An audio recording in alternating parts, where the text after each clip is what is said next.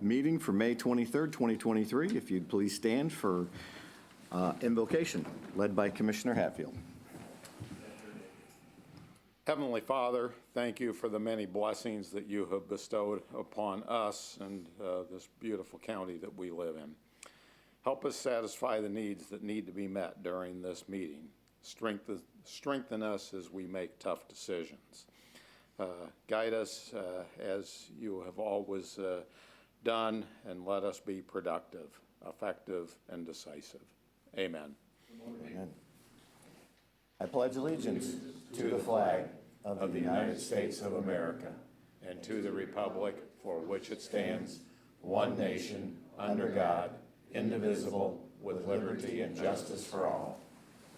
You may be seated. For purposes of attendance, Madam Clerk, will you call the roll? Colton. Present. Campbell. Here. Doster. Present. Getty, absent. Hatfield. Here. Jackson. Here. Smelker. Here. Tunison. Here. Thank you. Approval of written agenda. At this time, any member of the board or public may ask for an item to be removed from the consent agenda and placed under items for consideration. Mr. Chair, could I have item H removed? Item H. Steering Committee? Yes. Okay. Item H will be moved to item G on items for consideration. Does any commissioner wish to further change the agenda? Hearing none, the agenda is approved as amended. Reports from state and county officers. Do we have any state and county officers present who wish to deliver an update to the board? Hearing none, limited public comment. At this time, any member of the public wishing to address the board may do so for up to 3 minutes.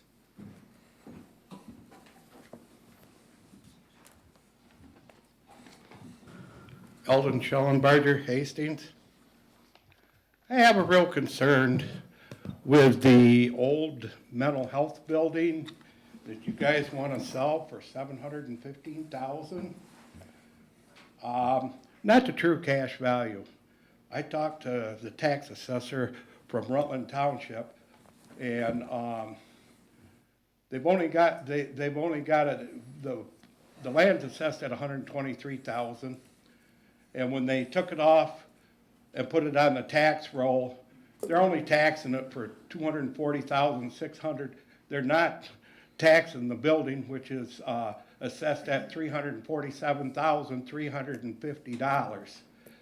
And the problem I have is the total cash value, as I added up, because your assessment's only half of what your true cash value of your property is. The true cash value of that property out there is $885,300. You're shortchanging the taxpayers. And if you go put this through, this is going to be a black mark or a blemish on you guys for not selling it for what it really is. So I would ask that you guys reconsider this. And to me, it's a travesty to the taxpayers that you're cheating them out that much different. Because if you sold the land in the building separately, you could get more money. So what if they tore the building down and they gave that? And then they say, oh, it can't be built on, it's too wet. Well, I'll tell you what, down the road from my house, they built houses, a subdivision, in a 100-year floodplain. So you can't tell me that they couldn't take and build houses even if it's wet. The engineers and all of them's got a way of figuring things out to make it so they can build on it.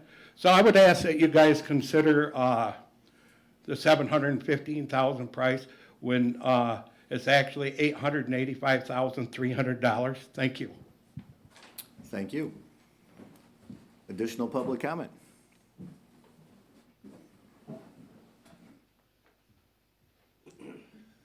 Frank Fiella from the Solid Waste Oversight Group, the chair of that group. Just a reminder that on June 3rd, we have our premier event at the Expo Center.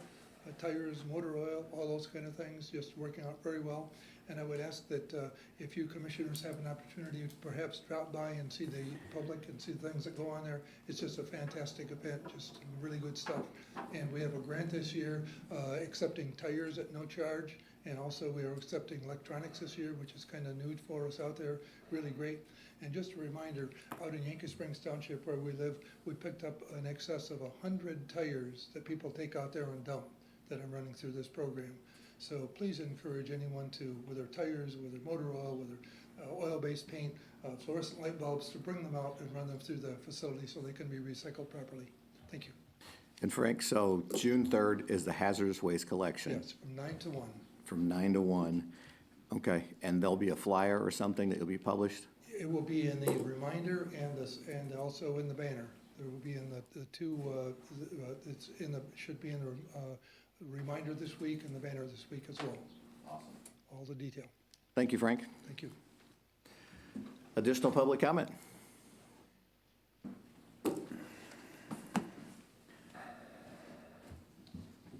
Good morning, Gary White, Nashville. Ironic at the last meeting to have the commissioners complaining about being taxed on vacant property, which they've never tried to market. Then they wanted their money back. Citizens come to speak against tax levy every year. I know I've been here numerous times. It only falls on deaf ears. I want my money back. And nobody here ever wants to give that money back, do they? Once again, the voters, and once again, the voters of Berry County said no to a millage for a jail. This commission says it's going to build a jail. Please tell me how you're going to fund the jail without a millage, because taxpayers have spoken.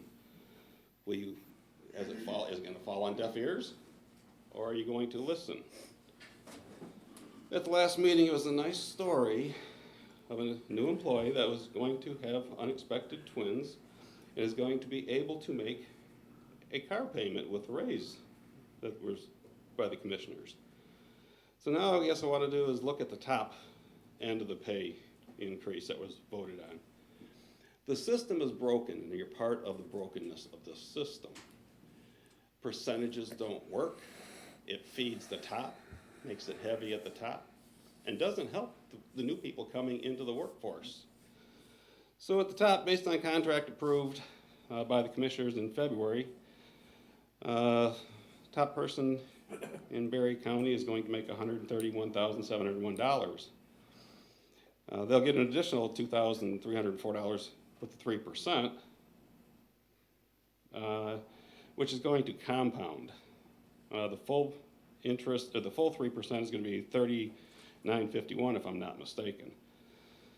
Then you add another 3% onto that, and then at the end of a couple of years, you're going to add another 1%. Well, it's a 2-year contract, so, but then you're going to add another 1% onto that. Total, when you compound all the extra income, for that person that makes $18 an hour in Berry County, they're going to get about $3,600 over the 2 years and 7 months. When you go to the top person, it's going to be somewhere between $17,000 to $19,000 for the same increase of 3%, if I'm not mistaken. Maybe my numbers weren't right.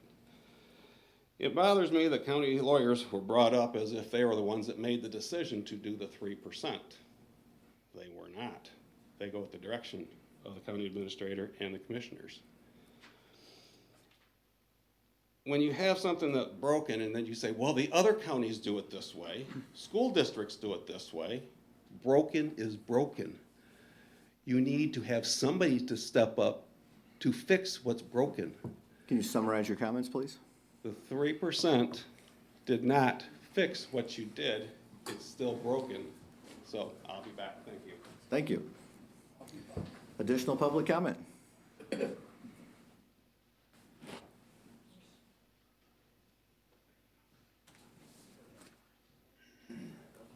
morning. Morning. Sharon Zabrowski, Carlton Township. May is Older Michiganian Month, and last Wednesday was Older Michiganian Day at the Capitol, which I attended. Now, picture 200 plus angry, older Michiganians with walkers and canes storming the Capitol. Well, that didn't happen, but it sure would make a good story. Several of our legislators gave short speeches explaining what they were working on to help our older Michiganians. The governor also talked to us about what she has done and will be working on to help seniors. Because of the overall shortage of workers, there are concerns about the lack of those who care for our seniors.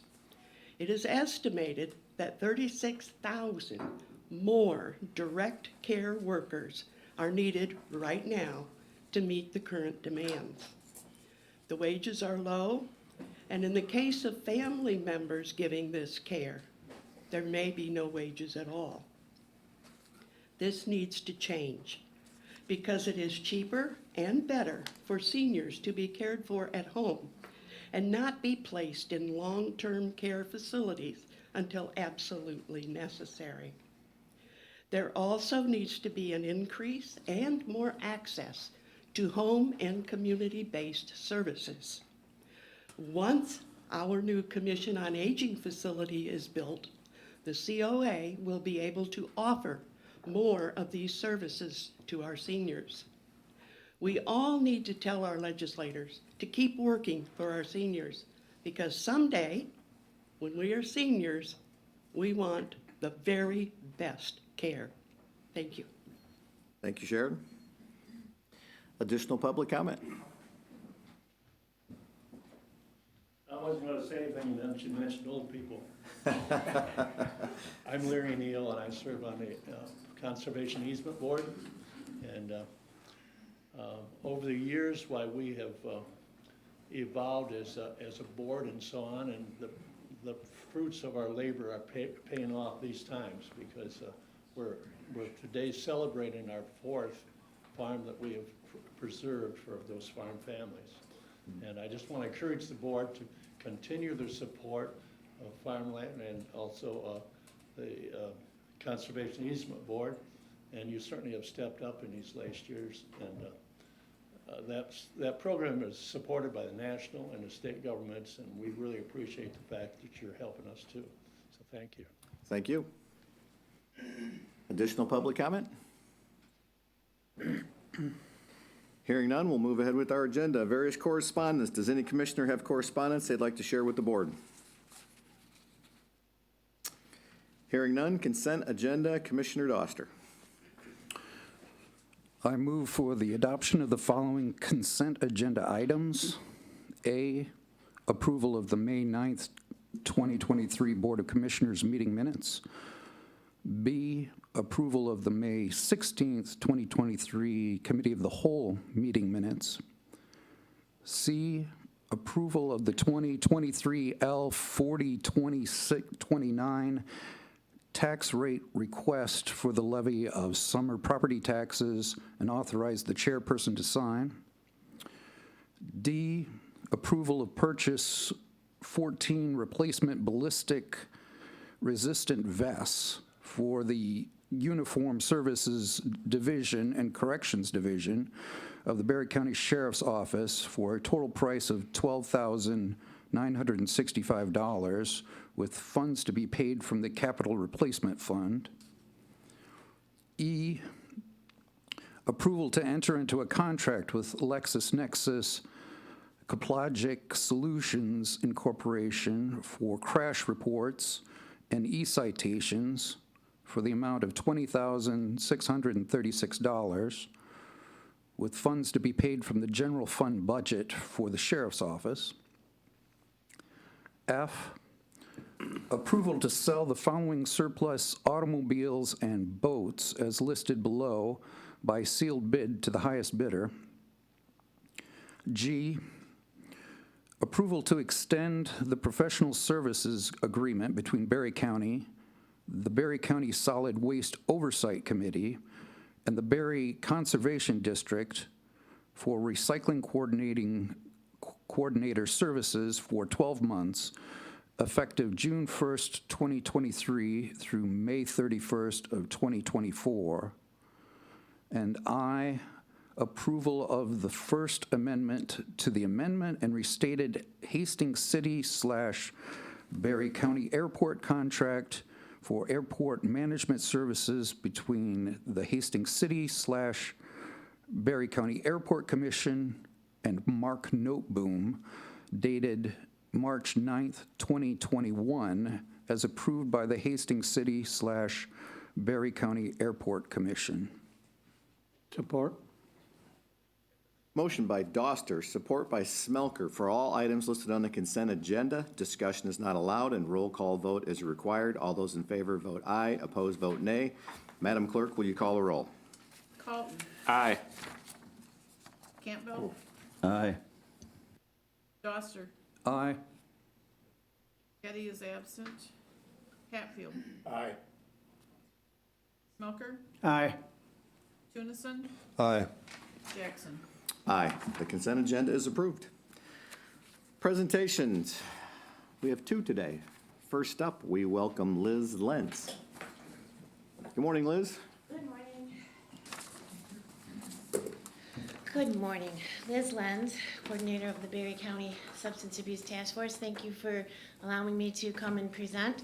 I also want to acknowledge that I am but a figurehead. So there are a lot of people in the audience that I want to say are here today. So Rich Timke is our director for Berry County Community Mental Health Authority and also on the steering committee for the Substance Abuse Task Force. Julie Knackford-Pratt sits on the steering committee. Abby Green is here today and works on the Prevention and Substance Abuse Task Force team. And there's many folks in the audience that I've had the privilege of working with side by side in partnership for many years with different projects. So I just acknowledge everybody and I stand up as everybody today to talk to you about the Substance Abuse Task Force. So I thank you for the opportunity to present to you today, just briefly, and answer any questions that you might have. So just quickly, I can talk too long, so I don't want to. If we go to the next slide, I know it's there, the history, and you have it in front of you as well. This Substance Abuse Task Force began in 2004. And what it really helped us do was helped us work together. A lot of people talk about, playing in the sandbox well or, sharing the pasture. And that's exactly what we've been able to do for almost 20 years now, is work together on common issues and common situations that affect us all. As you know, and I think, Dave, you said it well, Berry County is a beautiful place. And in beauty, sometimes we still have struggles. And substance use is one of those things that people struggle with. And it's also fitting that May is Mental Health Awareness Month, because we know that behavioral health, whether it's substance use, mental health, other things that affect us in our mind and body, they're all together. So I appreciate that I was able to come and speak to you during this special month where we're aware of the challenges that some of us face. So in the next slide, you'll see we've put together just a little bit about what we do. And I'm not so good at elevator speeches, but I'll tell you that if we can do it, we will. And we will work together with whatever partner or whoever, wherever in this county, across the region, across the state, so that Berry County is known and that we get our small voices for our small rural community heard and heard well. And I'm really, really happy to work beside Abby and Bree as part of the team. And we enjoy being busy. I'm never quite sure if we enjoy being busy or if we just take on more than we can do, but we're going to do it. And we're going to make sure that we make a difference in this community as we work together with many, many partners. Right now, the Substance Abuse Task Force is a group of at least 35 different organizations and individuals from all sectors of our community. You might be wondering, if we go to the next slide, you might be wondering, what are we focusing on and why are we focusing on that? It's one word. Data tells us what we need to focus on. We are always looking at data. We have a lot of data behind us. We collect data. We look at data that other people collect. We ask people to collect data. We know that for us to be effective, we have to listen to what people are telling us and what the data tells us. And right now, the data tells us that we must be concerned about the use of vaping devices. whether those contain nicotine or THC, especially where youth are concerned and young people. We must be addressing that vaping behavior and taking a look at what we can do to change people's thoughts and hopefully change behaviors and bring people into healthier practices, whether that's harm reduction or recovery, whatever that means for them. We also know that we always have to talk about alcohol. We always have to talk about it. It used to be that alcohol was always our number one drug for treatment admissions, and you'll see in a minute that that's changed. We also are going to always be talking about behavioral health prevention, suicide prevention, mental health awareness, because it's all connected. And then finally, always emerging drug trends. In 1999, we saw an emerging drug trend that had never gone away, and it was called methamphetamine. And guess what? It's still here. It's no longer an emerging drug trend, but that's what we end up calling it because we're frustrated. And so we have done some things in Berry County to continue to monitor this and talk and find out what needs to happen, what best practices are. We can't provide the treatment, but we can certainly provide the analysis or the data collection or the steering of ideas and thoughts so that we can help people when they're at their worst or when they need the most help. So I will go to the next slide here and just let you know that if you see those purple lines, in the last 3 years, 2020, 2021, and 2022, methamphetamine was Berry County's number one treatment admission at Berry County Community Mental Health using public treatment dollars, whether that's state block grant or federal block grant dollars or Medicaid. And that's not good. Now, what we also know is that many times people who are coming in for services for recovery and help in their changing of their behaviors, there's often there's more that travels in the luggage than just one substance. But you can see the green is alcohol, and you can see that it's still number 2. And then an interesting fact, if you see the black lines, those numbers, although they're small, they are rising, and that is indicating that people are coming back to us and saying, I need help. I need help quitting cannabis. I need help making some decisions about my use of THC or marijuana, whatever they call it, weed, whatever. And so this is the kind of data that we look at, and we look at long and hard before we make decisions about what we do. And so we'll go to the next slide here and just kind of talk a little bit about all the different things that we do. So Frank, my friend Frank, mentioned the household hazardous waste. It is a lovely event. I hope to see you there. I will be there. I will be collecting medications and sharps for proper disposal. I have been honored to work beside people from the health department, from the hospital, from healthcare, from law enforcement, from all sectors of our community to host this event. Where else can you collect tires, electronics, used light bulbs, solvents, lead-based paints, oil-based paints, batteries, and medication for proper disposal? And I get chills talking about it, but that's what we do in Berry County. We work together. And we've done this since 2009 with the solid waste oversight, and I'm really proud to have that partnership with all those entities. So please do come out. That's only one thing on the board. We do so much. Every day we may be juggling 10, 15, 20 different projects, and that's not just with the staff. That's with the members, the people that we coordinate with and collaborate with throughout the county. You can probably see on there, vaping is orange and big, and recovery is green and big, and then you see some overdose prevention and Narcan distribution and harm reduction. And I'll go to the next slide here, and I'll just let you know that some of the things that I think the Substance Abuse Task Force is most proud about right now is an idea that started in a neighboring community with our friends in Calhoun County. They started what they called a Narcan Access Point program, where they realized that we needed to make Narcan as easily accessible as possible. And we've followed suit. We've borrowed ideas from our friends who had good ideas, and we've put it to work here in Berry County. Our Narcan kits are available free. They're available at 14 or 15 locations throughout the county, and people only simply need to pick up the kit. No questions are asked. We're able to provide these free through a special permission through the Michigan Department of Health and Human Services. And since January, we've given away about 600 of these, and that's January of this year. So this is a phenomenal achievement on our part to be able to partner across the community. And if you need to know or you want to know where those are, it's in the green to the right. If anybody can read that, I'm jealous because I can't.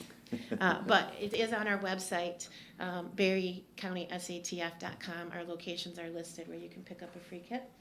And now, the only other thing there is that I will say, one more, there, right there. We are also giving away free lock boxes on June 10th. We'll do a drive-through event, and people can come drive through our parking lot. We're hoping for a sunny day, but if we have rain, we have a tent, and we have umbrellas and raincoats. And one free box per household. We use the marijuana oversight grant that the county gets. We use that, we manage that, and we use those funds to give back to the people of Berry County. Last year, we gave away over 250 boxes, and this year, we're well on track for 300 to 400 plus. So we'll also have Narcan kits available, so if you want to drive through and just check on us, we'll be there, sun, rain, hopefully it won't snow. This was not my idea. This was an idea of one of my team members, and she should feel very proud of herself. She's not here today. She's attending another meeting, but this was her idea to just have people drive through our parking lot, and we love it. We have dog treats. Sometimes we have Tootsie Rolls, but what we have is the connection with people, and that's what it's all about. It's connecting where people are at and making this community safer and healthier for everybody. So just a couple things to wrap up. We'll go to that next slide. We always have media campaigns. You may have seen them, and these will talk about what we're concerned about. There is no safe amount of cannabis for certain populations and in our community, including those under the age of 21. And you can see that we have an It's 21 for a Reason campaign going on right now. And we are concerned about vaping, but most importantly, we're encouraging people to seek recovery for whatever they need recovery. It's right here, it's right in our own backyard, and it's quality service provided at Berry County Community Mental Health Authority. So if we go to the next slide, I'll take any questions you have. Commissioner Doster, you sit on the Mental Health Authority Board. I don't know if you have any questions or any insight with your work on the board. I know you're just getting started, but. No, but I'm very, I also serve on the Regional Substance Abuse Board in Kalamazoo, and comparing Berry County with the other 8 counties that are part of that, it's obvious that there's a lot more connection, I think, between the mental health, substance abuse, and the community. Like, if you noticed how many distribution points there were for the Narcan, Kalamazoo County, which is a very large county, Calhoun County, I think both of those have one distribution center. So I think that we're doing well and are on the right track. Thank you. That means a lot to the Substance Abuse Task Force to be recognized for that, and what we recognize is that Berry County is unique. We're a wonderful place, and we have to do things the way things need to be done here in Berry County, and I appreciate that recognition. So I'd be happy to answer any questions. I forgot to mention that I gave you some packets. In those packets is so many of the things that we've been distributing wherever we can. And we distribute them to all populations, all language, Spanish now. So we're just getting out and about and doing as much outreach as we can because we love people. And when we love people, we love them even when they need help. So thank you. If you don't have any questions, I thank you for your time and for the work that you do for the people of Berry County as well. Additional questions from commissioners? Just a few things. Obviously, we see cannabis stores opening up all over the county now as townships change their jurisdiction in that. We went through the pandemic, and were there any trends coming out of that are now worsening? I know that it seemed like alcohol use was up, people were home more, there were more things. What are the trends coming out of that? Are we seeing a reversal in some of that? Are things getting better, or is the need still just getting greater? And well, data lags, and we're waiting for our colleagues and friends at Berry Eaton District Health Department to release when they finally get a look at the behavioral risk factor surveys for the last few years. We're waiting to see what those trends were. Right now, we have some national data that does suggest exactly what you say, that alcohol use and cannabis use were up amongst adults during the pandemic the last 3 years. We did a community survey last year, and we don't ask about use, but we ask about perceptions of risk or harm or, safety or, favorable attitudes towards certain things.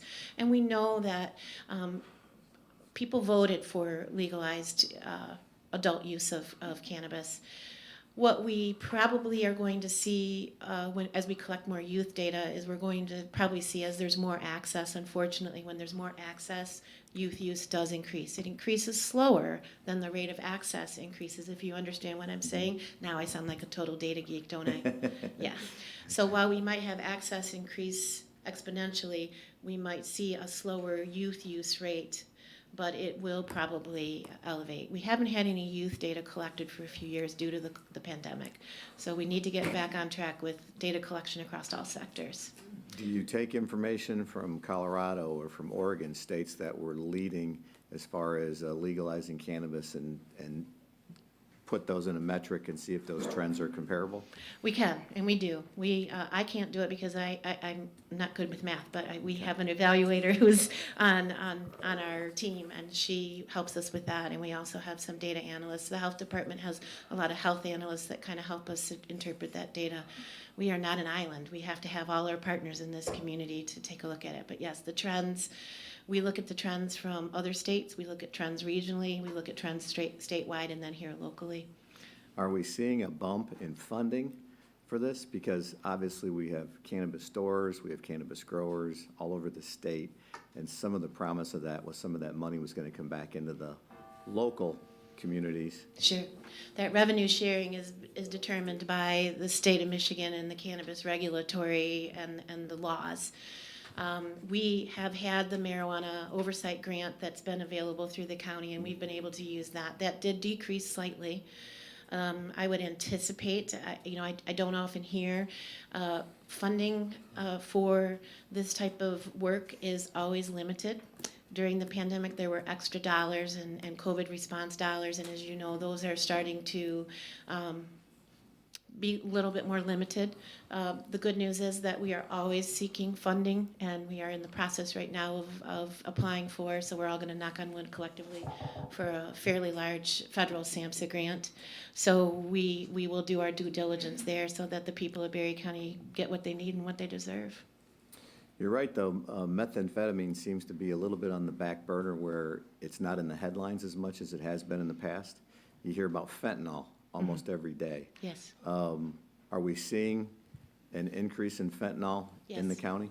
Yes. I mean, I see the dangers of this where people inhale it, breathe it, touch it, and have issues, death. Yes. You know, that's on the rise in Berry County as well. Yes. Interesting. Yeah, our friends in law enforcement and emergency responders will also, we collect anecdotal data as well. It takes us a while sometimes to get that emergency response data or that medical examiner's data, but yes, unfortunately. Additional questions from commissioners? I saw one hand up in the crowd, if it's a quick question. Have you noticed the uptick in fentanyl versus methamphetamine? Well, they travel together, and what we have to realize is that as having known many people that have used substances and have struggled with substance use and are working in recovery in different paths, we have to understand that sometimes these substances travel together intentionally, and sometimes they travel together unintentionally. So yes, we have noticed these upticks, and we are watching this data, and I think that's one of the reasons why we are seeing so much support for Narcan kit distribution, Eldon, and encouraging people to seek treatment, to get help. Like I said, we'll partner with anybody because we care about people. So thank you for your question, Eldon. Thank you. Yeah. We appreciate your presentation. Great information, and we really appreciate the good work you're doing in the community with yourself, with Rich, Community Mental Health. The partnership's been great. We know funding is always needed for that, but we do some great things in Berry County thanks to people like you. Thank you. I hope I didn't take more than 3 minutes. Just a few seconds over, so you were good. Thank you, Liz. Next up, Brad Landberg, Managing Director, Berry County Road Commission, with the annual report. Good morning, Brad. Good morning, and thank you once again for having us out here to give you our 2022 annual report. I'd like to start off page 1, the introduction, and we have our mission statement in there that to maintain all of Berry County roads in a safe and convenient manner for public travel while practicing sound financial management, respect for the environment, and sensitivity to community concerns. On to page 2, reminder that our revenue primarily comes from the state gas tax and vehicle registration fees that we pay. That's collected through the state, divvied up 39% to MDOT, 39% to the 83 county road commissions, and then the remaining 22% to the cities and villages in the state of Michigan. Last year for the road commission, that MTF, or Michigan Transportation Fund, totaled about $9.5 million. In page 4, you'll see that that's revenue chart, pie chart there. The larger orange section is that 9.5 million of our total revenue. Again, the second and very significant piece is township contributions that you'll see in that chart as well. And then moving down some finer amounts totaling our total revenue. 2022 expenditures on the next chart, 15.2 million compared to the 13 from the previous slide. May appear to some like an over expenditure, but I would let you all know that that was planned. If you remember some of the past years of here where we did not expend our entire receipts, told you that would be lopsided in the near future. Well, here's one of those examples as we spend that with partnership with our townships. This past year did one heck of a big road program and got quite a lot of things caught up and still have some more to do, but things are doing quite well with that. So all part of the plan and doing the right repairs at the right time. So it's something that we try to keep important. Page 6, the roadwork selection process. I will not bore you all with the details of that, but good read in there and how we do decide what we do decide to do, partnering primarily with our townships and feedback that we get from the community. So encourage everyone to read that section. Starting on page 8 is a summary of our construction quantities that we completed this past year, beginning with gravel of about 22,000 cubic yards. Next page showing about just under 40 miles of crack seal across the county. Miscellaneous roads listed there for y'all to read at your leisure. Then pages 11 and 12, as well as all the way through 13 and 14 are the tremendous amount of chip sealing we did this past summer. If everybody remembers this past summer, there was chip seal practice all around the county. You probably had a hard time dodging it if you were out there and about. So almost 150 miles of that completed last year. And then lastly in that section would be countywide asphalt paving with just under 25 miles of that completed. So, and again, we chip seal that right away, as many people, or pretty much everybody in Berry County realizes that that's just something that the road commission in this county does. That's one of the reasons that we have the road conditions, that probably the main reason we have the road conditions the way we do today, is that early chip sealing that really extends the life of that payment. It is painful seeing those beautiful flat blacktop roads be chipped and sealed, but I hear you. It is what it is, but it's well worth the investment. And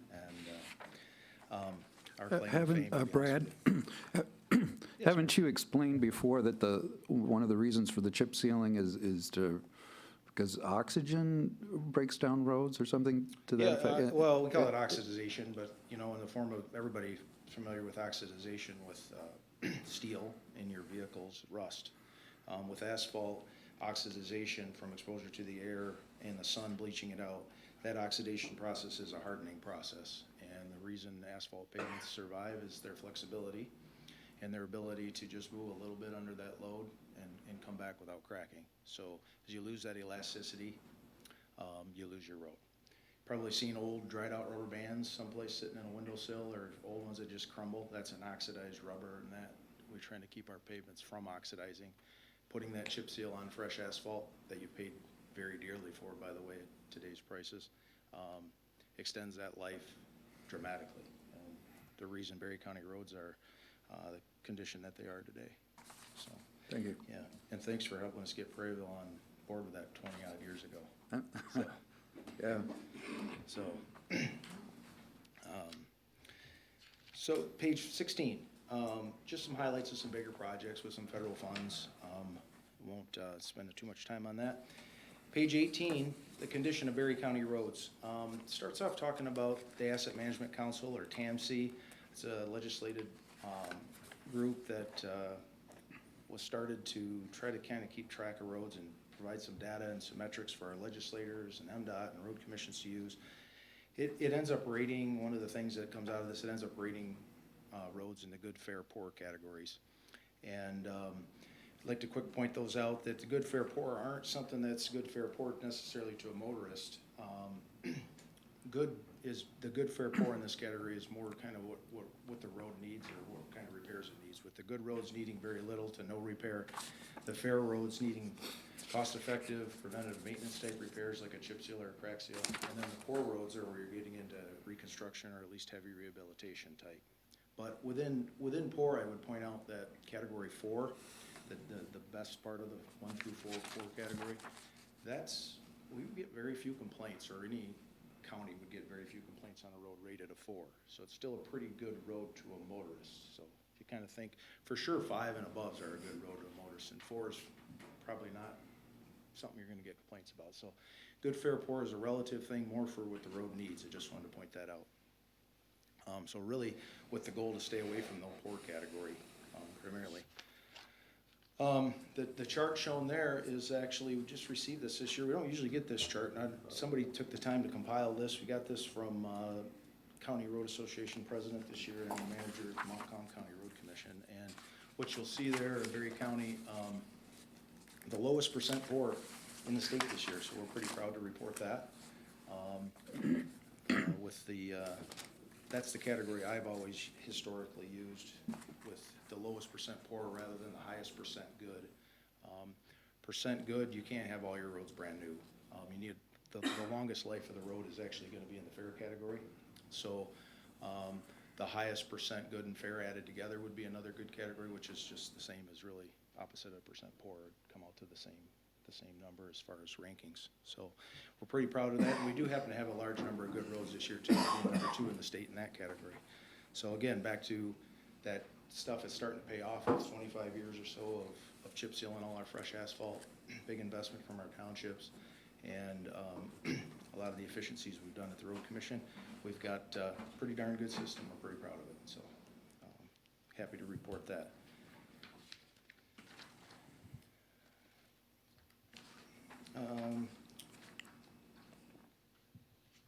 Cost to the taxpayer, 24. Again, I won't probably bore you too much with going through that, but there's some kind of ideas for people to see what the average taxpayer in Michigan pays. That's on page 24. Some good reading there. And then page 26. I'd like to just take a couple seconds to focus on this. I consider this the most important page in this document, as I believe it's the #1 asset that we have at the Berry County Road Commission. Our 35 full-time employees as shown there, and 3 road commissioners as well. So very proud of the team we've assembled out there. They do a heck of a good job. I can remember in my 27 years here now, I think it was the worst stretch we had was 8 Christmases in a row that the guys had to work, and they're there, especially when it hits the fan, if you know what I mean. So very happy and proud of those guys, and if you ever see them, please feel free to give them an attaboy, because be well worth their time, and they're very dedicated, and couldn't be more proud of that page. And like I said, definitely our #1 asset. Ending this report, got some facts and figures on page 27. Appendix is referenced in the previous part of the report. Showing some pretty good inflations, our funding increases, and what's happening with some of the things like asphalt, diesel fuel, and stuff that we spend quite a bit of money on each year. So just some interesting figures for the readers there. Page 30 shows a slide, Figure E, of Berry County's Road Commission shortfalls and where we've been for years, and it's looking really good over at the right to the 22. Those numbers are converging. You see our shortfall, which was blue, had been up $14 million. We've got it caught up and down to 4 million, which sounds like a lot. That's about the average of what should come up each year for a system of our size. So I would just leave you all with, don't expect that to keep coming down. It would be more a goal to have that level out in the future and hopefully try to prevent it from rising too sharply. But that thing's gonna oscillate around, and hopefully we won't have any steep increases in the reasonable near future.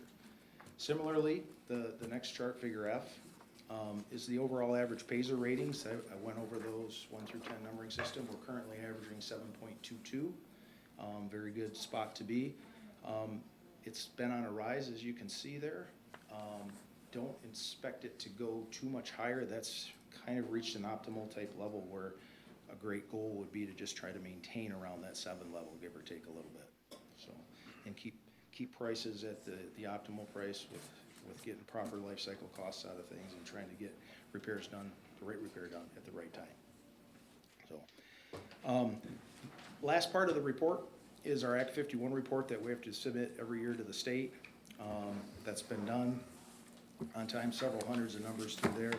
And as I think I've always tried to tell you guys in the past, or anybody in the audience, if you ever want to dissect that, be happy to. My door's always open, but it's a little bit too much for this venue right now. With that, I'd like to summarize and say this will mark my last annual report that I intend to give to the county board. It's been a pleasure. I've enjoyed it. I'll be moving on to a new phase of my career this fall, and still be around, still living in the community though, and maybe helping out a little bit even if I can. And have a report that things are in pretty darn good shape, and you'll be being left in good hands. So with that, I'd be happy to answer any questions. Questions from commissioners? Brad, are you worried about losing funding from the state as to put more electric vehicles on the road because not paying a road tax? Yeah, so the electric vehicles do pay additional registration fee Okay. already. Hybrids, I think, hybrids pay additional registration fee in a full electric, even a little higher than a similarly priced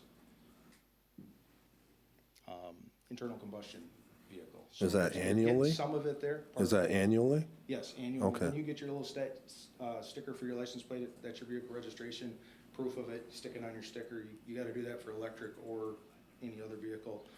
We pay that registration fee, that goes in with the gas taxes. So then you have, so they do pay that and they get an extra charge there. But the pure electrics then pay zero gas tax. The hybrids pay a little bit of gas tax as they purchase. So there is studies being done through the County Road Association and plenty of others of, are they paying their fair share compared to the other ones? And the whole goal would be to get that right. It's debatable right now whether they're underpaying or overpaying with the things, but as you get better and better battery systems coming in, better and better things, and as heavier and heavier vehicles use those, or as you start to replace pickups with them, for sure they would probably at today's rates not be paying their fair share. Well, I saw a thing recently where it said those batteries will add an additional 3,000 pounds to the vehicle, like on a truck. So that's going to do extra wear and tear on a road, right?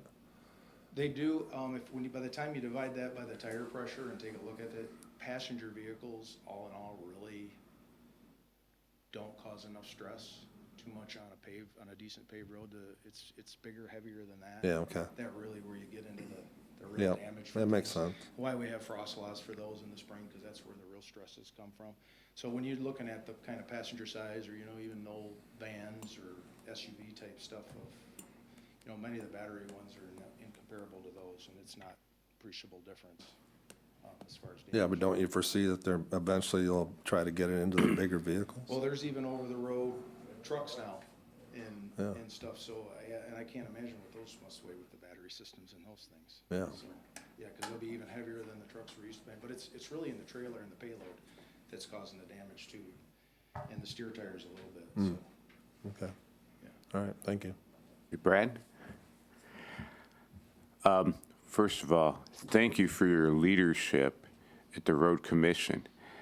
For years and years and years, our roads have been on the top of, well, not just having the least bad roads, but roads in good condition. And when I served in the legislature, I also served Ionia County, and they were consistently at the bottom. So you had mentioned chip sealing and such, but what is your method of keeping our county, of the 83 counties, up at the top? Well, chip sealing fresh asphalt pavement starting back in the late 90s is really starting to pay off lately. Because it's now finally saving a cycle where most of our counterparts that didn't do that would be having to overlay a road with another 1.5 inches or 2 of asphalt. We still have roads that maybe a crack seal, but for sure chip seal is all it needs, and it's sufficing, and it's the proper repair. So just that longevity is really starting to pay off, but also just an abundance of efficiencies that I could go on forever, drone on here about. But we're pretty lean and mean too, if I could sum it up. If you look at it, and I mean that in the best way, as far as efficient and focused and driven to our thing. We spent a fair amount of overtime at the Road Commission here. We focused on a smaller team that works more than a larger team working less comparatively to other counties. If I look at both at the management team and the field side of the equation, so I could probably focus it on that, just productivity, efficiency, and just a good all teamwork. So I appreciate the comments, Mike. It takes a team, and we've got a darn good one. Thank you. Additional questions? Brad, any word on your bridge grant, the $20+ million? No, June, no. June? June sometime. Okay, fingers crossed. That's Supposed to something know that we need. Yeah, that'll be a big one. That'll be a heck of a deal if we can get that. And here's something, and it's not your road, but everybody that's traveled M43 has had to have the same questions, is that road is destroyed by salt and probably by the freeze-thaw cycle. How can you take a road that's probably not 5 years old and destroy it? Are there other products, are there other things that could be used, should be used? Is there anything in the pipeline that it seems a shame to take these brand-new roads and put salt on them and just chew the crap out of them, so they're hazardous to drive on at some point until they started fixing 43? Well, we put salt on our roads too, plenty of that as well. The real problem with that road and other roads in the state at the county level, city level, but state highway level there is what's underneath it. And a lot of chunks of these state highways have concrete underneath them. Removing that old concrete, doing a full depth reconstruction is what the road really needs if you want to get longevity out of future repairs. They're kind of just, with the budget, MDOT's got a lot of segments that they've done overlays, or I would call Band-Aid repairs on those, because they needed to do something, but couldn't afford to do the right repair at the right time. So it's unfortunate. They fully aware the longevity is not going to be there. It's in the calculation of what they can fit in their budget. I'm not suggesting I support it, or it's right or it's wrong. I'm just saying that that's calculated effort. I think that they could probably explain to you and try to defend anyway. But yeah, it seems frustrating. I think we're all in that same opinion. I just haven't seen the county lose a major thoroughfare road like that to the point where people are swerving like they're drunk driving, just trying to get to Hastings. You know, from Delton, it was a bad road. Well, the way, yes, I can speak freely. Yeah. Yeah, the director, first of all, the directors of MDOT have always been political appointees of the governor. And that's just the way it is. It's the way it always will be. So the decisions that are made aren't necessarily like we make them at the Berry County Road Commission. We look at the longevity of the road and trying to keep the life cycle costs minimized. And sometimes that means paying a lot more up front than you'd really like to do.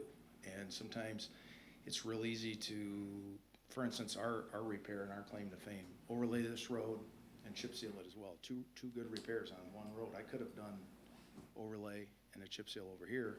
My system would look better this year, next year, the year after, because I got 2 miles covered with that same investment. So that short-sightedness of trying to shine rather than biting the bullet is what happens when you have short elections and political appointees, quite honestly. And I had come here and intended to make a career out of it, so it makes it a lot easier to do the right thing when you know you're gonna have more than 2 or 4 years in office. Yeah, no, it's interesting because I didn't think about it before, but sitting on the Economic Development Advisory Board as well, it's like, that's good information for them to have as well, because when people are thinking about locating to a county that's in the top of the state consistently with good roads versus locating to I mean, I see some in the 63% poor rating, several of them in the 60%, and it's like, that would almost be a factor I'm thinking about now if I ever consider moving somewhere, is what the roads look like, because holy crap, let's talk about wear and tear on vehicles, things like that. I mean, congratulations to you and your staff for a job well done over the years. I've been a commissioner 8 years, and consistently we've been there, either number 1 or number 1 and number 2 in there. And it says a lot. You can drive around on our back roads, and there are times that we take the back roads versus taking the state highways because the roads are in better shape. So that's a credit to you and your team, and we appreciate your leadership, and we wish you good luck in your future. Yeah, thank you. Much appreciated. We could not do it again without our township partners too, and you guys, of course, helped with plenty of things over the years, a grader and a loader here and there too, so it all helps. And then the taxpayers of Berry County, that's whose money we have. So without them and that, we wouldn't have a dollar to spend, so we appreciate that. Awesome. Take care. Thank you. Another great presentation. Thanks. Commissioners, let's take a 7 to 10 minute break. We'll come back and jump into our items for consideration.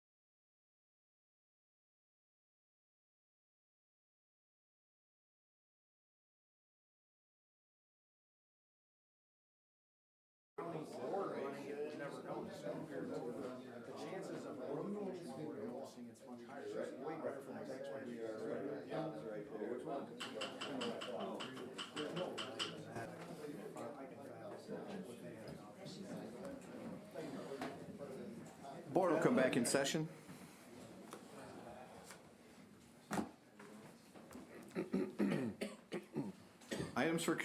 Items for consideration. Commissioner Tunison. Mr. Chair, item A, approval of claims in the amount of $109,164.17. Support. Motion by Tunison, support by Smelker for approval of claims in the amount of $109,164.17. Is there discussion? Madam Clerk, will you call the roll? Campbell. Aye. Doster. Aye. Getty absent. Hatfield. Aye. Smelker. Aye. Tunison. Aye. Colton. Aye. Jackson. Aye. The motion is approved. Mr. Chair, item B, adoption of Resolution 23-11, resolution to adopt the 2023 Berry County Hazard Mitigation Plan and authorize the chairperson and emergency management coordinator to sign it. Support. Motion by Tunison, support by Colton for adoption of Resolution 23-11, a resolution to adopt 2023 Berry County Hazard Mitigation Plan and authorize the chairperson and emergency management coordinator to sign it. Discussion. Hearing none, Madam Clerk, will you call the roll? Doster. Aye. Getty absent. Hatfield. Aye. Smelker. Aye. Tunison. Aye. Colton. Aye. Campbell. Aye. Jackson. Aye. Motion is approved. Mr. Chair, item C, adoption of Resolution 23-13, resolution authorizing expenditures for the maintenance and repair of the lake level project for Crystal Lake, not to exceed $30,000. Is there support? Support Campbell. Motion by Tunison, support by Campbell for the adoption of Resolution 23-13, a resolution authorizing expenditures for maintenance and repair of the lake level project for Crystal Lake not to exceed $30,000. Discussion. Mr. Chairman, I had a question that I guess arose last week when we talked about this. It was kind of my understanding that the drain commissioner said that he thought that there was about 16 or 18 parcels that would be involved in this project, and a woman from the audience corrected him or stated that that there was more like 65 parcels that would be affected by this project. So in the meantime, last Thursday, I sent an email to the drain commissioner asking him to please send me the project description, the cost estimate, and the proposed assessment roll for the Crystal Lake project. I got a response back from him that he would send my request to his attorney, and then I have not heard back from either one of them. I would like to give enough time for them to be able to respond to this. This is in my district, this project. We've had trouble with assessment rolls being correct before. That generally is the very first thing that you would do on a capital project for that you plan to assess, is figure out who is going to have to pay for this, because for one thing, that's who you send notices to, and whether vacant lots will be charged equal to houses. I mean, those are things that need to be determined early on. So I would like to adjourn this for 2 weeks to give the Drain Commission an opportunity to respond to my questions. Okay. Commissioner Dull?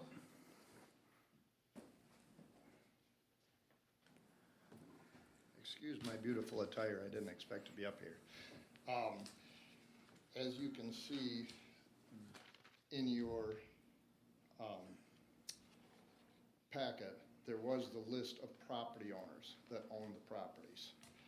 That's where Mr. Doster misunderstood me when I said there was about 45 property owners, not 15 or 18. There are 63 parcels. Many of the people own more than one parcel. We did respond, and I've emailed it to him. I got it back from Chad. He's not the lawyer, he's the engineer.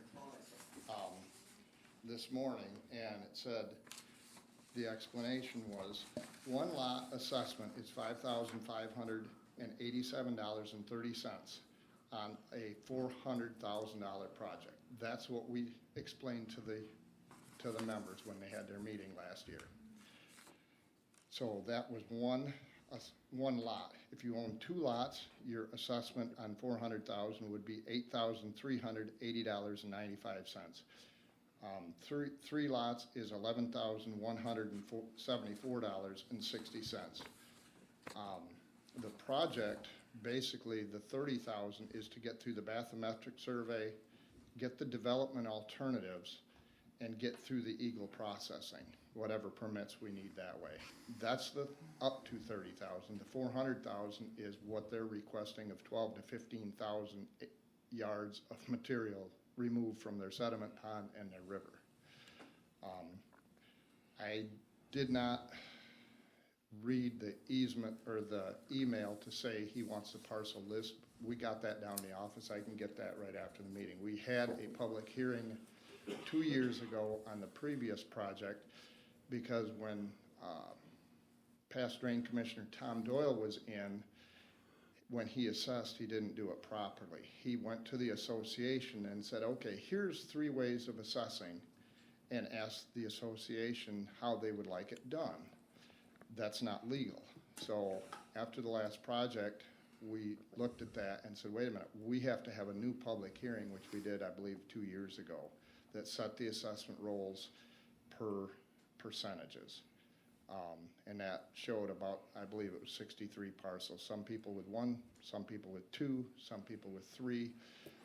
One person that has over 15 acres, theirs is outside that 1 lot, 2 lot, 3 lot thing, because we said, okay, yeah, you've got 15 acres, maybe you should pay more, but maybe not more than 2 lots. So there's a lot of variables in that. So, but, and you know, if you guys want to table it for 2 weeks, I can report back to the association and say, yep, they're thinking about it. They've been pushing for this for a while. What was the percent of those parcels, as far as landowners who were in favor of going ahead with this? I mean, it looked like it was Yeah. probably 60 or 70%. Yeah, over 70%, I believe. Okay. And that's what I went to them and I said, look, I want to make sure that people are on board with this because that's a big assessment. So over 70% of the people on that lake have signed a petition saying, Yep. we want you to do this. What they've signed is, there is no such thing as a petition for this. Right. It is a request, and I believe it says, signatures below represent property owners in the Special Assessment District for Crystal Lake Dam in favor of authorizing the Berry County Drain Commission as delegated authority for the Crystal Lake Dam to spend up to $30,000 to acquire soil testing, engineering, and Eagle printing and bidding specs for the detention pond and channel cleanout project. That's why, that was the other reason we didn't put it in our authorization. As for the 30,000, I knew we had 30,000 somewhere here. That's what they signed and asked us to do. So the process at this point, the 30,000 is going to be to figure out if it's 400, if it's 800, if it's 300, whatever the case is, and then Well- you'll go back to them before anything is done. Correct. And also, more importantly, to get us through permitting. We don't know, you know, DEQ Eagle comes up with a myriad of things that they're asking us to do before we get permits. You know, the Pine Lake project, we had to do a wetland analysis of every wetland within 500 feet of the lake, just in case. You know, and rightfully so. They're making sure that all the T's are crossed and all the I's are dotted. And with this, we said, okay, yep. It's right down to if you got X number of fines in it, do you have to send that to a special lab to make sure it's not gotta be tested more fervently for, I don't know what, I mean, it gets into the little tiny stuff, so, which is above my pay grade. Okay. So, but that's, you know, this is up to the board. They are, as we've said before, on all lake level projects, they are the overseeing entity, so it's up to them to decide. We did come back, I think, a year ago. In the 60s, when they set this up, they directed the drain commissioner to get a special assessment district and do a few other things, but they never set us as a delegated authority. And that's the letter that I brought from the association, I think 2 years ago, requesting that the drain commission become the delegated authority. One thing people do not understand is the county board can set somebody other than the drain commissioner as the delegated authority if they would like. You know, it's just a little tidbit of information, and they're like, oh, okay, cool, you could give it to somebody else, which we're okay with. So you're confident that the assessment roll is accurate? Yes. Right now, it's as accurate it's been. You have the authority to, if this is approved, $30,000 to maximum of $30,000. At that point, you'll do a public hearing or get back together with those landowners to see if, in fact, they want to go through with the project. Right. So they understand that they are paying this $30,000 regardless of what happens in the future. Exactly. And the sad part is we've had people request, can we prepay ours? And it's like, we haven't spent the money yet. We can't take prepays on anything until we get through all them steps, so. Okay.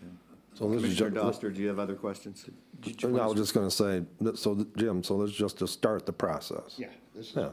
if we can get through the permitting, then we can get a better understanding of what DEQ is gonna require from us. Okay. Little factual stuff, when we did the Gun Lake Dam 6 years ago, when we got all said and done, they wouldn't let us put a plate on top of the dam. And that's why the engineers tell me, until you get the permitting, do not do your engineering, because we don't know what they're gonna come up with. So, and it's a lesson hard learned, but it is a lesson, so. Well, Mr. Drain Commissioner, I appreciate you responding to my questions. Unfortunately, I didn't get them before this meeting. I would still appreciate 2 weeks to be able to review those, because it's, you know, it's a lot of information, and it's in my district. You know, these are people that I have to be, you know, responsive to. And I don't know that 2 weeks will necessarily harm this project at this point. No. So I would ask for an adjournment for 2 weeks, or until the next, You want to make a motion to table? yes, motion to table to the next, I don't know, which meeting is the proper meeting for this Probably to come back? the next BOC in Okay. 2 weeks. All right. Actually, 3 weeks, because we don't have a meeting next All week, right.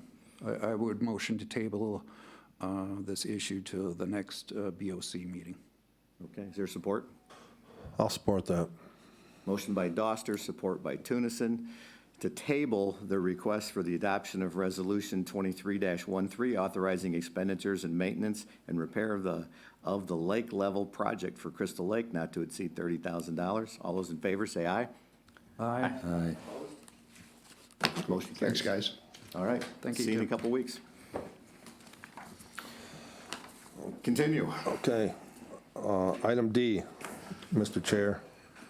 Adoption of Resolution 23-15, a resolution approving the sale of surplus county real property located at 2350 Iroquois Trail, Hastings, Michigan, approving purchase agreement and sale price, and authorizing county officials to execute and deliver necessary documents to complete transaction.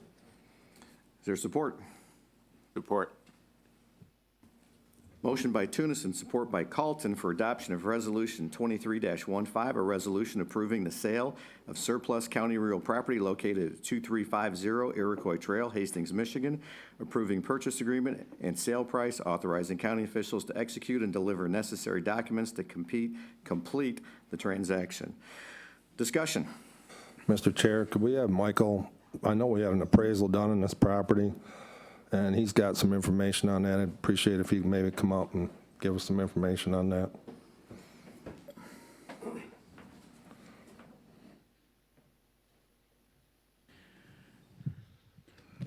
Excuse me, good morning. Good morning. So yeah, you're correct. There was an appraisal conducted. The appraisal was conducted by John Meyer Appraisal Company. He is out of Grand Rapids, for anyone that's interested. And the appraisal came in at $715,000. So I think all of you have received a copy of it, but he appraised the property in total, the land plus the building, at $715,000. And as you're aware, the price that the sale price is $750,000. So the county isn't accepting less than what the appraised value is. In fact, it's slightly above the appraised value. He also took a look at the property and a value if it was, or in his appraisal, let me rephrase it, he looked at the building itself with about 3.75 acres of land. Make sure, nope, 3.25 acres plus or minus of land. And concluded that that was worth just shy of $480,000. And that left then 18.73 acres, albeit that were split into two sections at that point, with a value of just a little over $234,000. So the two of those collectively then come to that roughly $715,000.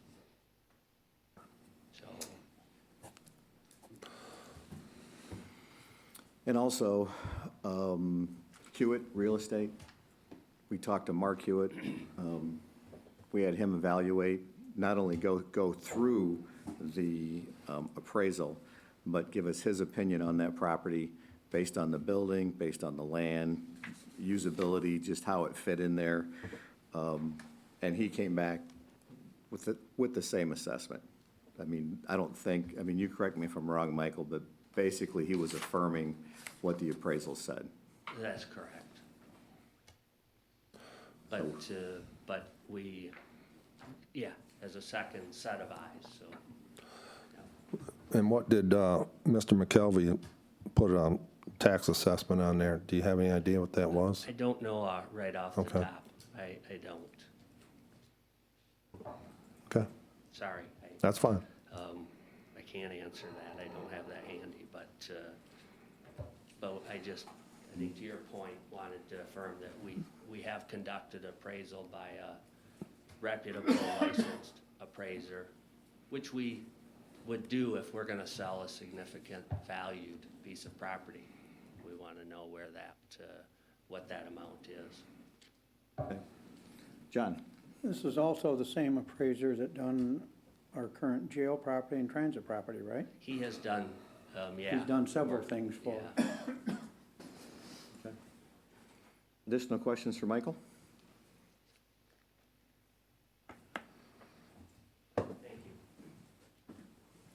Hearing none, Madam Clerk, will you call the roll? Oops. Yes.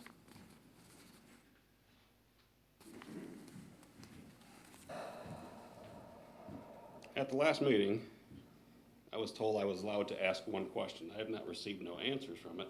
But according to the board rules adopted January 1st, or January 3rd, 2023, it says citizen participation. Any citizen may comment upon agenda items prior to the taking of a vote thereon. Speakers other than commissioners after being recognized by the chair for up to 3 minutes.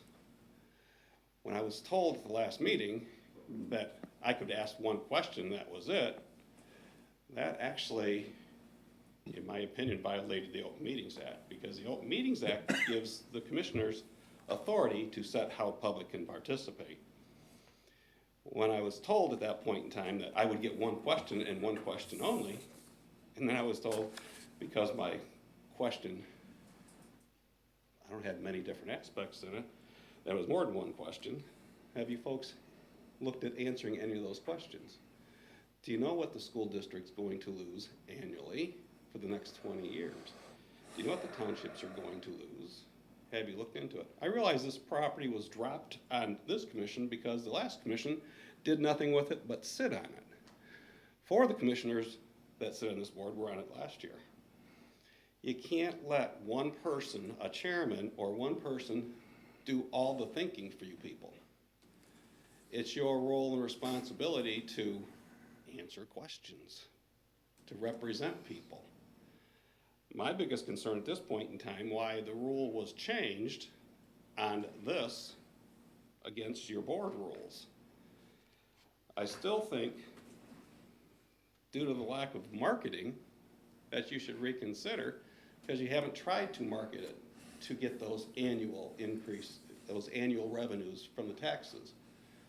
But you're going to levy my taxes to the max levy to pay for everything else. The school districts are going to come after. And you haven't answered the questions why and how much they're going to lose before you sell it to a nonprofit. Thank you. Thank you. Can I make a comment? Yes. It's not the county's job to always see how much money they can make or how much taxes they can collect. Our job is to provide for the citizens that live here, to provide the highest quality life possible. And this is going to do that. It's going to enable the YMCA to expand services of young people, hundreds of young people, campers, daycare, and we are providing. We're not necessarily making the most money, but we're doing the best things for the citizens of the county. Thank you. Additional comments? I agree with that. We've all put a lot of time into thinking about this, what's better for this piece of property. And I think we've all come to the conclusion of our own selves that this is the best viable option for this property. Commissioner Hatfield. I would also echo Mike's comments and also note that the Economic Development Alliance, in working with the employers in the county, continue to identify a significant need for daycare facilities to help them address employment issues. So this will add substantially to the number of daycare slots that are available. I think that it fulfills a very needed role. Thank you. Without further discussion, Madam Clerk, will you call the roll? Getty, absent. Hatfield, Aye. Smoker, Aye. Tunison, Aye. Colton, Aye. Campbell, Aye. Doster. Aye. Jackson. Aye. The motion is approved.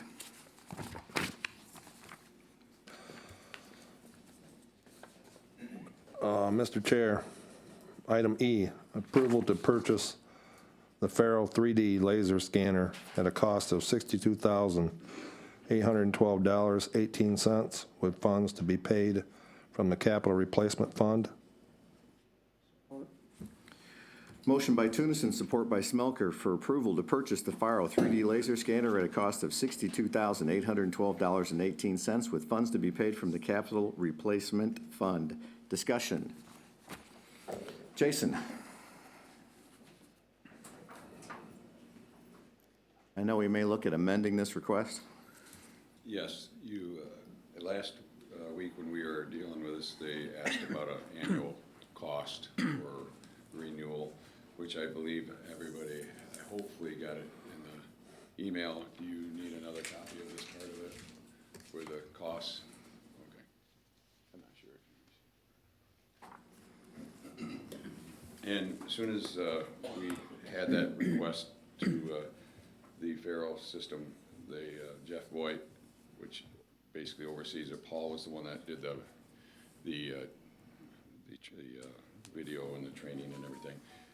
Basically, they said that the phaser laser scanner software under maintenance warranty plans would keep the coverage, service, repair, service, and most importantly, cover the cost of the annual calibration, which also helps for the courtroom purposes and keeping our software up to, under maintenance, allows our agency to download and install the latest software releases, which also, for example, includes the most recently included photogrammetry engine and FaroZone software, allowing agencies to produce our 3D data from drone and camera pictures, which if we did it annually, it would cost us, if I remember correctly, $6,560 a year for 5 years, which then basically was costing us the average of $32,800 for 5 years.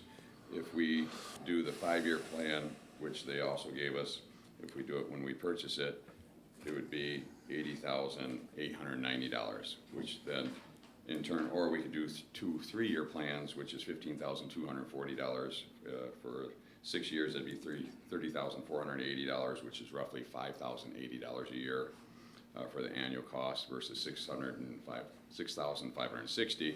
Or if we do the 5-year plan, total cost with including the Faro itself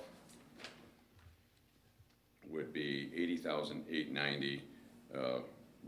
That was including the $62,780, which we are requesting to purchase the Faro, which would save us as the county $14,690 over 5 years. I don't like to window shop. When I go to a store, I like to go and purchase what I'm purchasing. When I find the best deal, that's what I'm going to try to do. Obviously, we can save ourselves the money of average of, which would be $2,938 per year versus $6,560 a year to have the annual cost for the maintenance fee and the calibration.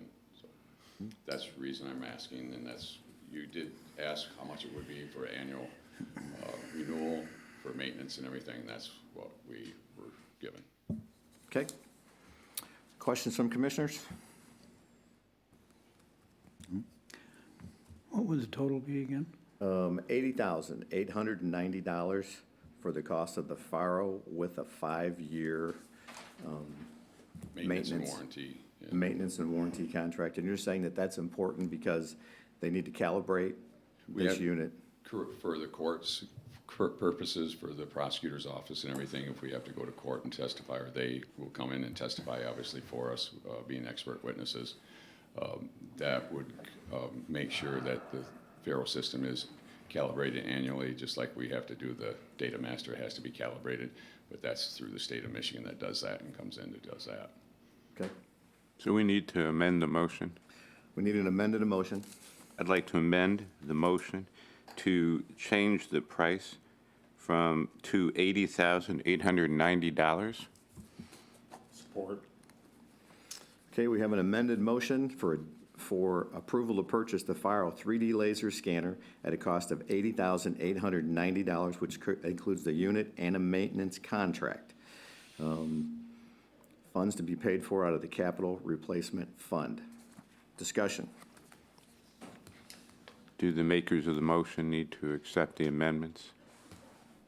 Michael? We had an original motion on the floor. Do we need? I guess if you're okay with a friendly amendment, then yes, that you would. If there's any sense of controversy, you would actually vote on the amendment. And then you'd go back to the motion as amended. Okay, Commissioner Tunison, and it was supported by Carlton. Are you guys okay withdrawing your motion, or was it Smelker? It was Smelker. Smelker, are you Okay. okay with withdrawing Yes. your motion? Okay, This has we have to have that warranty. okay. Discussion? Oops, David? We knew the original amount was covered out of the capital replacement fund. Is the revised amount also adequately covered? Yes. Thank you. Okay, hearing no further discussion, Madam Clerk, will you call the roll? Hatfield, Aye. Smelker, Aye. Tunison, Aye. Colton, Aye. Campbell, Aye. Doster, Aye. Getty absent, Jackson. Aye. The motion is approved. Congratulations. Item F. Mr. Chair, item F, approval of the attached mid-year reallocation amendment to the MDCGP fiscal year 2023 contracts for the Fifth Circuit Adult Drug Court, increasing the award from $84,000 to $104,000, and the 56B District Sobriety Court, increasing the award from $41,000 to $61,000, and authorizing the board chair to sign. Is there support? Support. Motion by Tunison, support by Hatfield for approval of the attached mid-year reallocation amendment to the MDCGP fiscal year 2023 contracts for Fifth Circuit Court, Adult Drug Court, increasing the award from $84,000 to $104,000, and the 56B District Sobriety Court, increasing the award from $41,000 to $61,000, and authorize the board chair to sign via DocuSign. Discussion. Hearing none, Madam Clerk, will you call the roll? Hatfield, Aye. Smelker, Aye. Tunison, Aye. Colton, Aye. Campbell, Aye. Doster, Aye. Getty absent, Jackson. Aye. The motion is approved. Item G from the consent agenda. If you would read that for me, please. Yep. Approval to extend the professional service. I'm sorry, item H from the consent H, agenda. okay, sorry. My bad. Okay. Approval to form a steering committee consisting of County Commissioners David Hatfield, Bob Tunison, and Catherine Getty, Commission on Aging Director Courtney Zinni, Thornapple Manor Administrator Rebecca DeHaan, Thornapple Manor Facilities Director Jim James, and 3 members recommended by the Commission on Aging Board. Support. Okay. Motion by Tunison, support by Smelker for approval to form a steering committee consisting of County Commissioner David Hatfield, Bob Tunison, and Catherine Getty, Commission on Aging Director Courtney Zinni, Thornapple Manor Administrator Rebecca DeHaan, Thornapple Manor Facility Director Jim James, and 3 members recommended by the Commission on Aging Board. Discussion. Mr. Chair, I had a question regarding, it sounded as though the Commission on Aging already had a building committee. Correct. Yeah. Would this usurp their authority? No. You would have 2 building committees? Commission on Aging has a building committee that's putting together the design, the layout, all the details that they would like inside of the building, but because of how this is connected to a larger county campus with Harvest Point, Thornapple Manor, how it fits in there, where we're gonna have driveways, food trucks, everything else, it's important to have all these entities involved. Plus, the county has a substantial bit, investment, commitment of $3 million as well. So, we've done this in the past, or we've set up steering committees as oversight and communication, so we can be sure all entities are communicating, working together to get the best outcome. Couldn't we just join their committee? In essence, you can do a number of different things, but a steering committee, in essence, they have their own building committee. So, they're working out the details. Do we know who the chair is of their committee, or? There's not a steering committee that Mike is met Snyder. formally. Mike Snyder? Okay, thank you. And I had brought up last week when we discussed this that it was my desire that if the board created a subcommittee that it would adhere to the Open Meeting Act. Is that the intention of this committee to do so? I'm not on that committee. I can't speak to that, but I'm sure Michael could speak to that with what a steering committee or subcommittee does or does not do, what they're required to do by law, so. In this case, I would suggest that it does. They are making decisions, if you may, and there are a number of elected officials. You could as you dissect it, you could look at it and say, wait a minute, not any public body, the Board of Commissioners or the Commission on Aging, which are both public bodies, have a majority of commissioners on it. But the issue you really come down to is then the optics of, is there a decision being made? And just to Commissioner Doster's, to stay right out of that kind of discussion, which takes the focus off of the project at hand, and that's getting, and a positive project, right, getting the Commission on Aging building completed. I would suggest and recommend that they remain subject to the Open Meetings Act. But at a little broader, the steering committee itself, or a steering committee, does not have to be depending on who's on that and what their purpose is. And financial decisions will come back to the county board as far as allocating funds. That will be part of the commissioners on the steering committee, but that's what I would suggest, yeah. Okay. Ultimately, the expenditure of those funds. And I would suspect you'd probably want to have final approval on the project before there may be stages. That's up to the county board to try to figure out. Commissioner Doster, I've been on that building committee from day one, and they're more than welcome to attend anything that we do regarding that building. So all those members that were. Good, thank you. Okay, so absolutely. Mr. Chair, and Michael, back with the MSU U of M decision when they were seeking presidents, and this went to the Michigan Supreme Court on whether these search committees had to be open or not.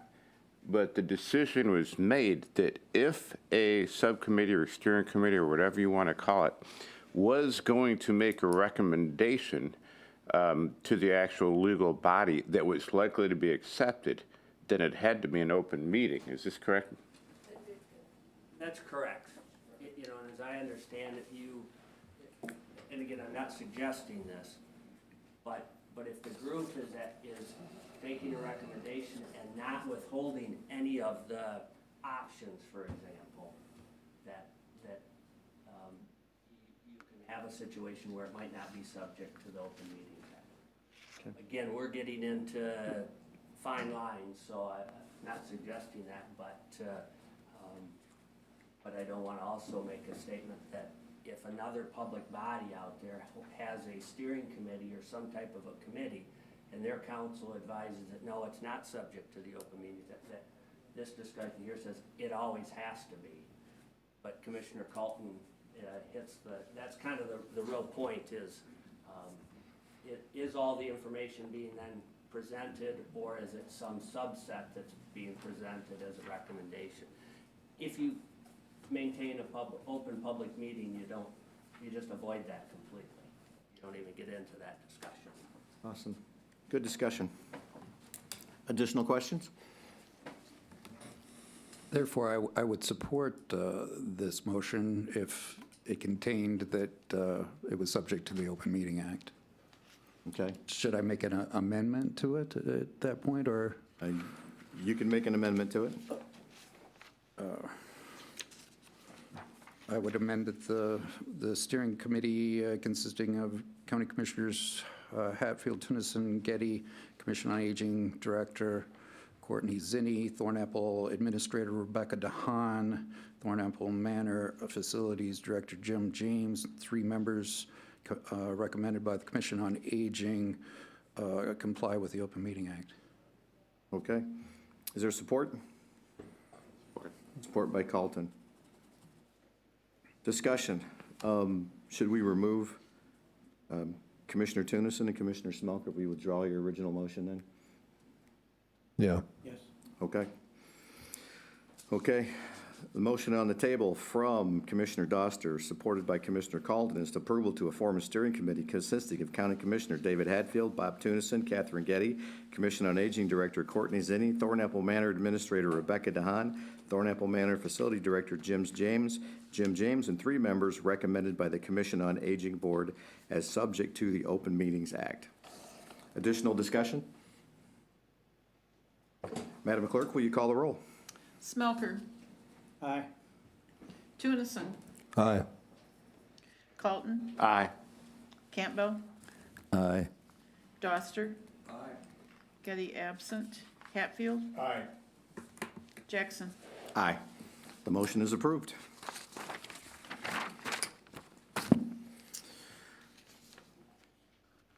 Unfinished business, we have none. New business, we have none. County Administrator's report. I'm all set, thank you.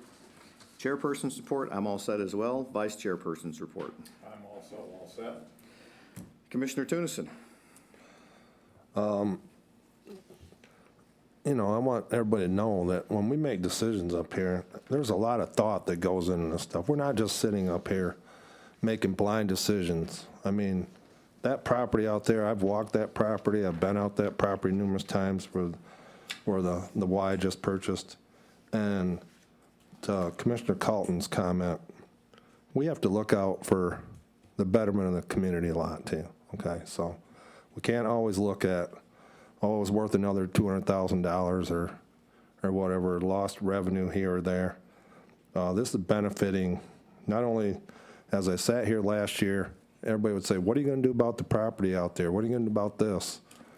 Well, we're trying to do something. We're trying to do the right thing, and I feel that we have done the right thing. So that's where I stand on it. So, Thank you. Commissioner Campbell. I attended the CAA group in Battle Creek, and we got an audit back, and we're in very good shape. It's always nice. And they're working on their Walk for Warmth, which we also will have one in Hastings that'll come up, and I'll give you the dates when that happens. Awesome, thank you. Commissioner Hatfield. County Planning Commission met last night, approved several requests for site plan approvals, tabled one. EDA meeting is tomorrow, and the next Hastings City Council meeting will be the first Monday of the month. Okay. Commissioner Doster. I have nothing. Commissioner Colton. Woodland and Woodland Township are collecting bids on their significant hail damage. And in Nashville, they continue with the $820,000 parking lot project. They have the curbs poured and such. And we're all kind of struggling to, find parking during this project, because cars used to park there. And so it's a little bit of a struggle, but it's going to be worth it. They say they're ahead of schedule, and we actually could have some pavement, but maybe not the lighting and such, by the June 17th Nashville Car Show. Awesome.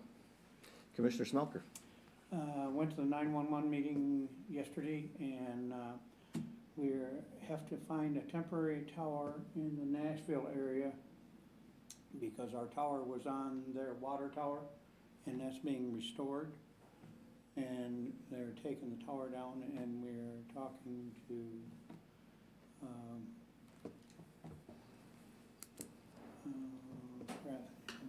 Kent Oil, have a tower that we're in hopes to be able to use temporarily for 2 months. Awesome. Thank you. Public comment. At this time, any member of the public wishing to address the board may do so for up to 3 minutes.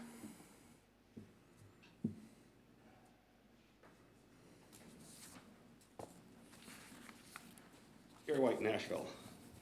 Once again, I did not blindside the county commissioners when I came in and talked about those percentage raises because I did it before you took the final vote on it. It fell on deaf ears. You still have the problem. The number I gave you, the $3,600, was for an $18 employee. I'm not sure where the wages start out at. But if you continue to do the same old thing the same old way, you get the same old results. Like I said earlier, you got a system that's broken. You're making no attempt to fix it. You have another building sitting over here called the front of the court that should have been sold last year, to be honest with you, my opinion, because I don't believe you have funds and shouldn't be growing government to make government bigger. You can't put the people in that you need right now. What does the overtime cost you? Because now you're paying the higher dollar employees on overtime because you can't get the younger people in here to work because you show them no respect. Because, well, they need to earn their wage at a later date. Once again, the citizen participation was neglected at the last meeting. I appreciate Commissioner Tunison's comments about how the property was sold. The programming could have been done. You could have did different things with getting the land, do a land swap to where you could have had more buildable properties. When you only look at one thing and you're determined to make that decision, you show yourselves determined to make that decision, whether it's in the honest best interest of the community or not. It's a decision you've made. It's not nothing that you are willing to open your ears to. And that's what I think most people come in here see, that you're not willing to listen. You're elected officials that have decided to make a decision, and that's the way it's going to be. Thank you. Thank you. Additional public comment?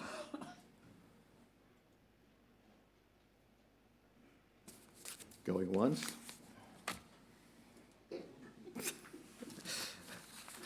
Without any additional public comment, commissioner comments. Whoops. Jason.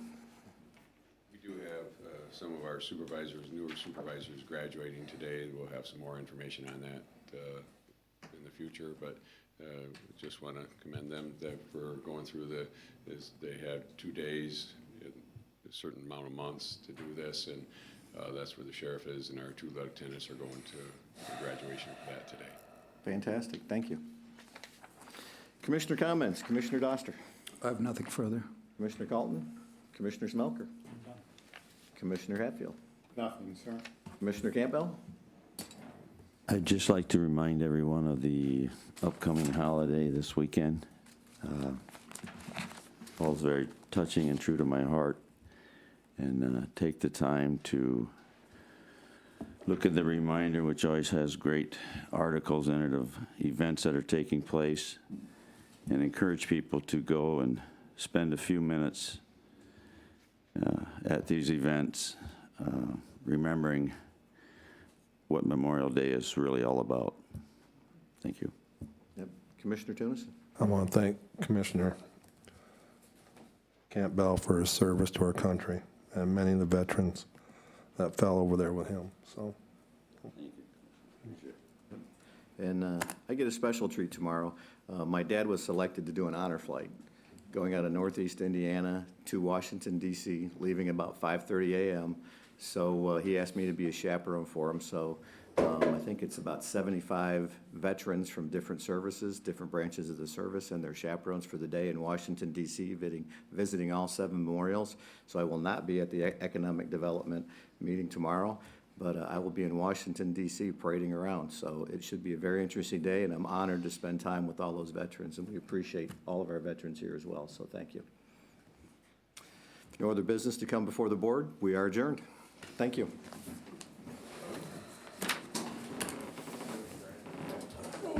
I think a lot of people lose sight of it. They do.